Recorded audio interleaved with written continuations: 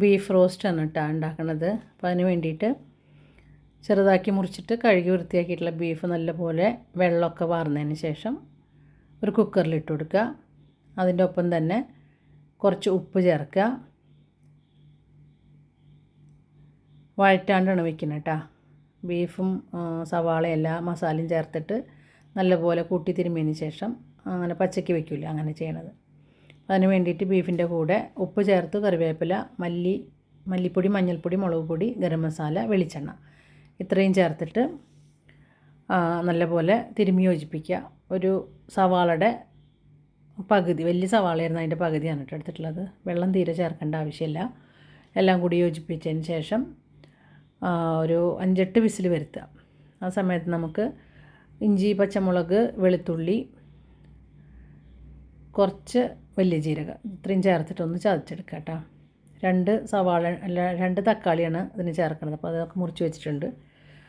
അപ്പോൾ ബീഫ് വെന്ത് വന്നിട്ടുണ്ട്.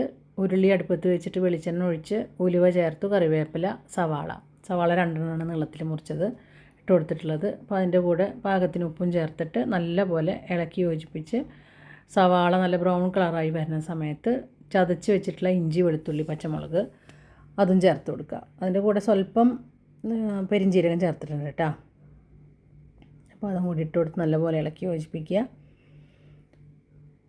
അടി കട്ടിയുള്ള പാത്രം എടുത്താൽ നന്നായിട്ട് റോസ്റ്റായിട്ട് കിട്ടും.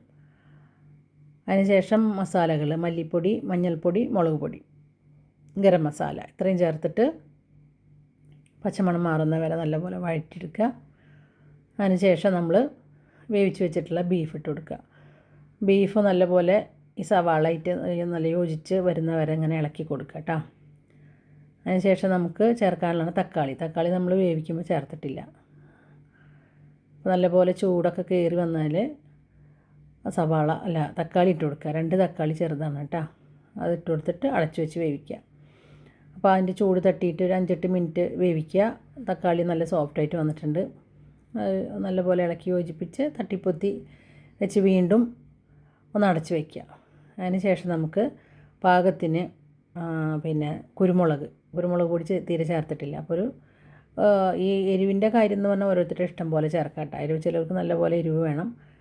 നമുക്ക് ഇതാണ് പാകം. അപ്പോൾ കുരുമുളക് പൊടി ഒരു 1/4 ടീസ്പൂൺ ചേർത്തിട്ടുണ്ട്. 1 ടീസ്പൂൺ വെളിച്ചെണ്ണ കൂടി ചേർത്ത് വീണ്ടും ഒന്ന് ഇളക്കി യോജിപ്പിച്ചിട്ടുണ്ട്. പിന്നെ ചേർക്കാനുള്ളത് ലാസ്റ്റായിട്ട് കുറച്ച് ഗരം മസാലയാണ്. ഇപ്പോൾ ഒരു 1/4 ടീസ്പൂണോളം ഗരം മസാല ചേർത്തിട്ട് പിന്നെ കുറച്ച് മല്ലിയിലയും കൂടി ചേർത്ത് അടച്ച് വയ്ക്കുക. അപ്പോൾ നമ്മുടെ ബീഫ് റോസ്റ്റ് റെഡി ആയിട്ടുണ്ട്. നല്ല ടേസ്റ്റ് ഉണ്ടായിരുന്നു കേട്ടോ.